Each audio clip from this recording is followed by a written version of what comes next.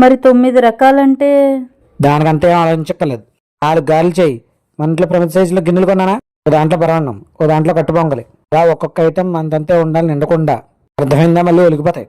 ఆ ఏమండి, మరి అమ్మవారికి కనీసం మనం ఏ ఐటెం చేసామో అర్థం అవ్వాలి కదండి. చూస్తే అమ్మవారు పెట్టే దాంట్లో కూడా పిసినత్తనమేనా? ఏంటి అలా చూస్తున్నావు? చాలా ఎక్కువ చెప్పేశారండి. ఎందుకంటే మనం అమ్మవారికి ఎంత ఇస్తే అమ్మవారు కూడా మనకి అంతే ఇస్తారు. అలాంటిది మీరు అన్ని చిన్న చిన్న సైజులు ఉన్న గిన్నెలో చేయమన్నారు కదా. అమ్మవారు కూడా మనకి ఇచ్చేవన్నీ కూడా అంతంతే సైజు ఇస్తారు. మీకు ఓకేనా? నిజంగానేనా? అంతే అంటవా? మీరు అమ్మవారికి 9 రకాలు చేయనక్కర్లేదు. ఒక్క రకం చేసినా కడుపు నిండా మనస్ఫూర్తిగా పెడితే చాలు. సరే అయితే అమ్మవారికి చక్కగా 9 రకాలు ఎంతెంత చేయాలో అంతంతా చెయ్యి. లిస్ట్ కూడా రాసివ్వి, తెస్తాను. ఇప్పుడే రాసిస్తాను. 1, 2, 3.